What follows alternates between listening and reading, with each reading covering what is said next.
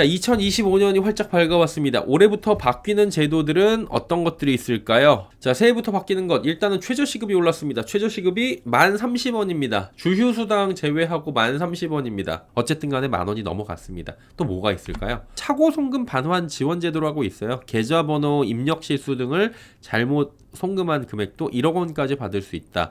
그러니까 예보해서 대신 받아서 돌려주는 제도인데 5천만 원까지밖에 안 됐어요. 예를 들어서 여러분이 친구한테 보내야 되는데 잘못 눌러가지고 엉뚱한 사람한테 9,800만 원을 보내면은 4,800만 원은 막 못 돌려받을 수도 있었거든요. 근데 올해부터는 1억 원까지 올리기로 했어요. 그리고 자진 반환 요구 기간, 야 돌려줘라고 하는 기간도 3주에서 2주로 단축을 했다. 예금자 보호도 5천만 원에서 1억 원으로 올라가는데 당장은 아니고 올해 내로 이것들이 움직여진다라고 보시면 될 것 같습니다. 자, 그리고 K 반도체 살리기 위해서 2%의 저리 대출, 올해 1월부터 반도체 분야의 2%대 국고채 수준의 금리로 저리 설비 투자를 내주게 되는데요. 이 반도체 설비 투자를 원하는 기업이라면 반도체 저리 대출 프로그램을 이용할 수 있게 됩니다. 이 제도가 발표가 되고 나서 이게 12월 정도에 발표가 됐었는데 반도체 관련주들의 상승세가 나타나기도 했었습니다. 기관 외국인도 공매도 90일 내로 갚아야 뭐 이런 얘기들이 있는데 공매도 관심 많으시죠?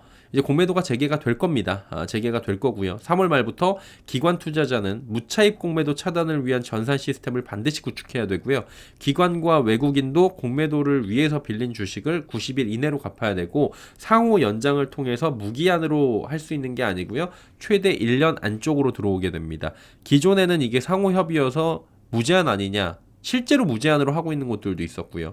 그리고 이자율을 다르게 해가지고 자기들끼리 뭐 이렇게 짬짬이 하는 거 그런 것들이 있었는데 신규 공매도에 대해서는 연장 기간이 제한이 되게 되는 겁니다. 그럼 기존에 했던 것들은 어떻게 되느냐? 그거는 해당 사항이 소급이 안 되는 걸로 현재까지는 파악이 되고 있습니다.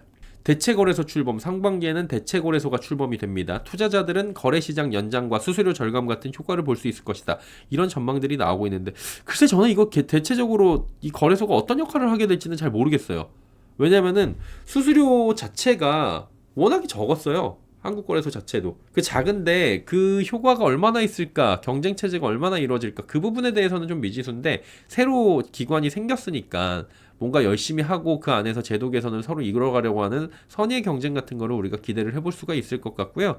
기존 우리나라 주식시장이 이제 한국거래소 단일시장 체제였잖아요. KRX, ATS 대체거래소까지 출시가 돼가지고 증시가 경쟁 체계로 전환이 되는 셈이다. 이렇게 보여지고 있습니다. 그리고 의원 약국 실손보험 청구 전산화가 확대된다. 당장은 아니고요. 10월부터는 동네 의원 그리고 약국에서도 실손보험을 청구할 수 있게 되는데 기존에는 병상이 30개 이상인 병원급 의료기관과 보건소 대상으로 시행했는데 앞으로는 실손보험 청구 전산화를 확대 시행 예정이다. 이렇게 보시면 될 것 같아요.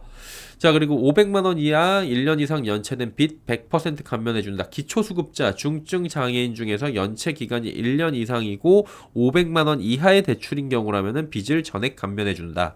조건은 1년 상한 유예한 이후에 상환 능력이 개선되지 않을 경우로 이전에는 빚을 최대 90%만 감면해 줬는데 이번에 그냥 싹 다 감면해 주겠다. 라는 건데 금액이 크지는 않습니다. 예. 그리고 자영업자 빚을 최저 3%, 최장 30년으로 나눠 갚는다.